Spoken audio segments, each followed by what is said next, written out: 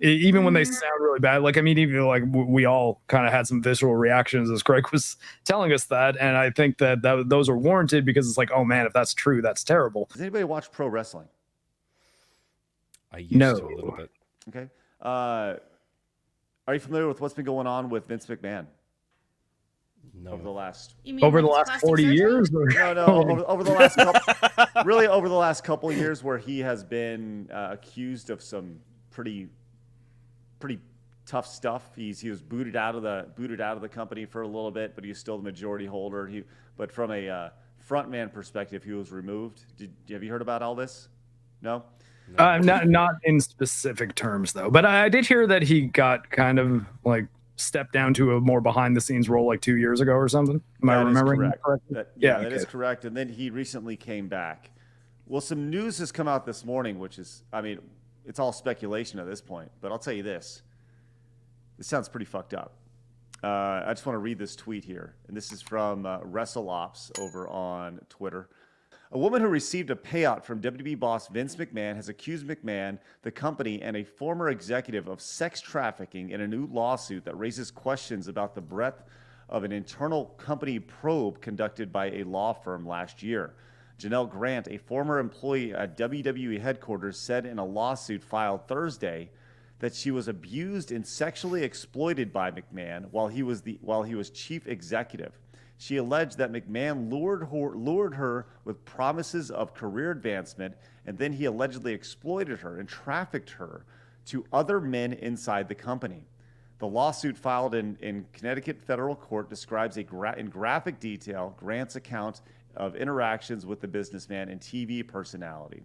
She alleged that McMahon and other WWE executives locked her in an office in WWE's headquarters in Stamford, Connecticut on June 15th, 2021, and then took turns sexually assaulting her while other staff were working.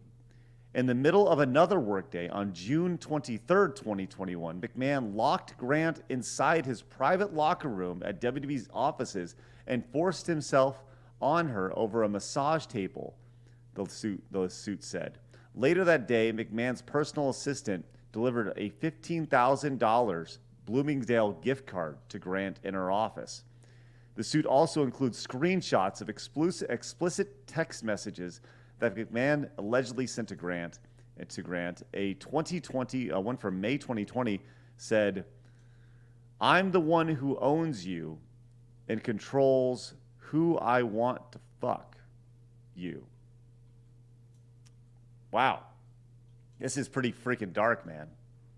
I don't know. Like, yeah, I mean, that goes beyond the, hey, they're pretty wild in the wrestling industry, aren't they?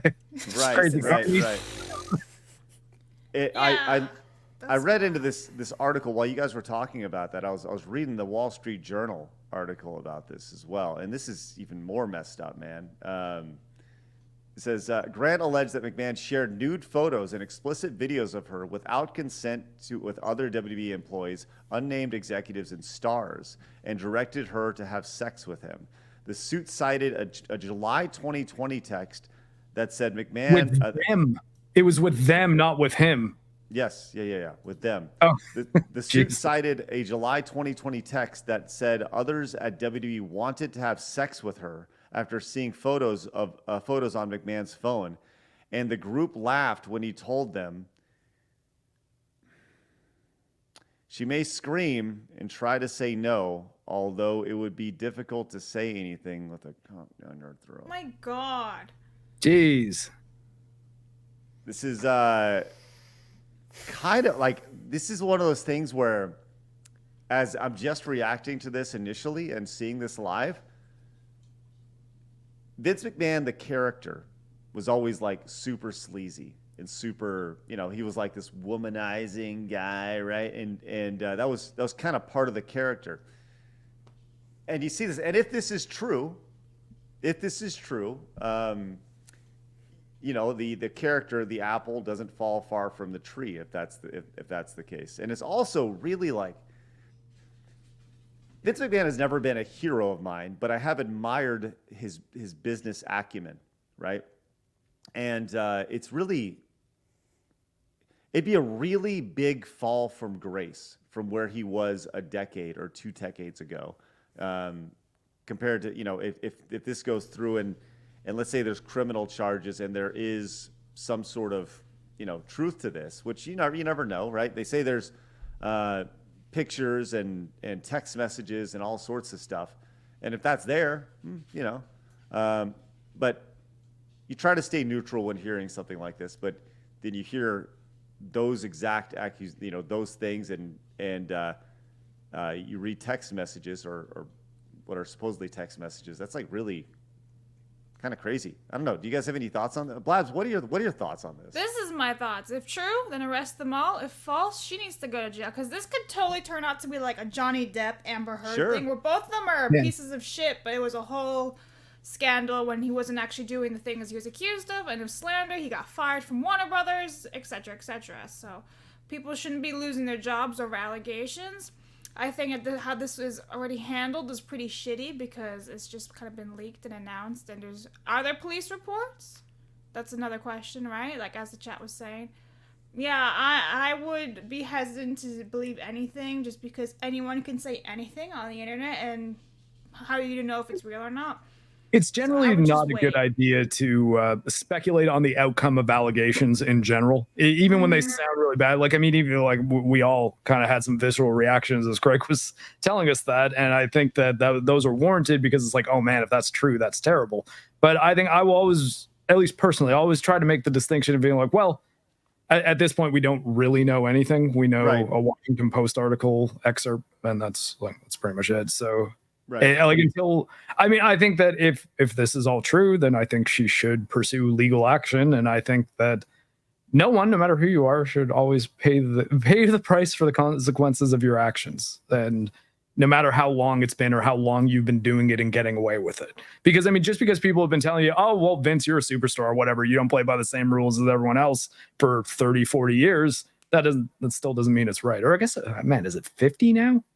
Because like I said 40 years initially to be like, that's how long wrestling was around while I've been alive, because that's roughly my age. But yeah, and as Retromeister says, innocent until proven guilty, folks. Let's not join the witch hunt. Right. But that once again, don't want to speculate about this, but I'm just saying, if this is true, what a fall from grace. It's horrible. It's a horrible thing. But my initial thought when reading this, I went to 2020, right? This is in July 2020. There's a pandemic that is raging at this point. 2021.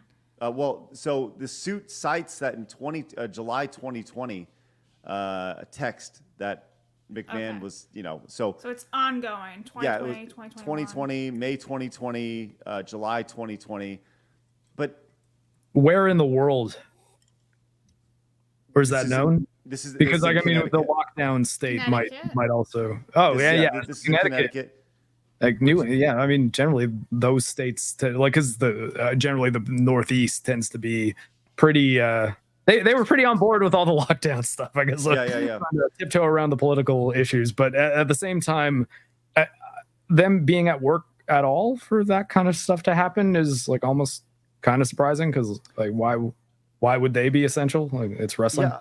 I agree. I agree. But this also, remember, WWE did this thing called the Thunderdome. That was a biosecure bubble that was created by the WWE, so they could still continue their shows. Oh, okay. But they launched that's the puzzle I didn't have. Well, they launched that in August of 2020, right? Huh. So if this happens in July 2020, they're certainly getting ready for it. Yeah, they're getting ready for it, and they know But they're over here. If this is the case, I mean, I don't know, man. Straight to jail if it's the truth. Straight to jail if it's not the truth for her.